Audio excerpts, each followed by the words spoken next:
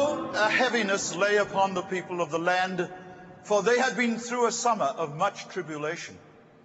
And they did plead with the Almighty from the temple, saying, O Mighty One, this weather sucks. And to appease him, they did plan a human sacrifice of one to whom so many disasters had befallen that this would seem as nothing. But Brother Joe of Clark declined the offer.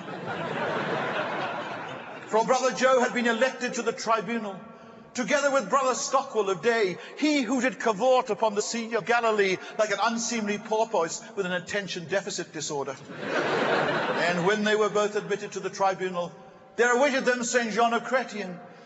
I deeply welcome the new members, said St. John, and if that is not true, may the Almighty strike me.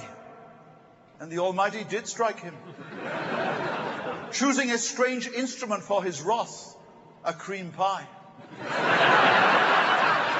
But Brother Paul of Martin had an even bigger problem, for tax shekels were flooding into his treasury from all over the land. Yea, he had cash coming out of his yin, not to mention his yang. And voices from all over the land cried, me, give it to me. But even louder were the shouts of, moi, donnez-le-moi. And St. John of Chrétien, pondering an election, did say, let us not forget the one who brought me to power, the one who by his actions did ensure that I can rule forever. But the person of whom he spake was at his daughter's wedding. And Brother Brian of Mulrooney did spare no expense on the event, forgetting that he no longer lived on Sussex Drive, and at this time he was picking up the tab.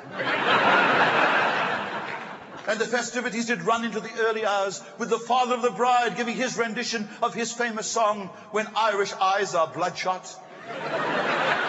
But the attention of the people was on the distant games and the rumors the athletes were taking forbidden substances. And they knew something was wrong when Brother Eric of Lamaze entered the jumping ring on his horse, but facing backwards, and trying to feed sugar cubes to that portion of the equine anatomy quite incapable of ingesting them.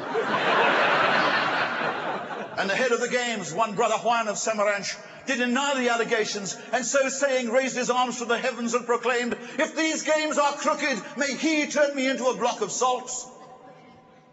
And lo, there was enough salt to feed the multitude unto the 4th generation.